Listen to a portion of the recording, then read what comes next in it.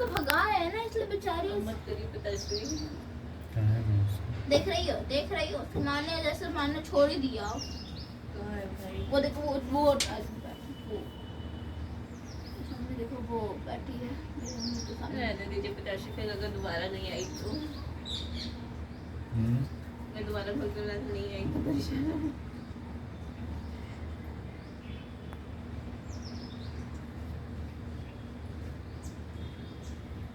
ये लोग कहाँ गए? अब बस स्टॉप।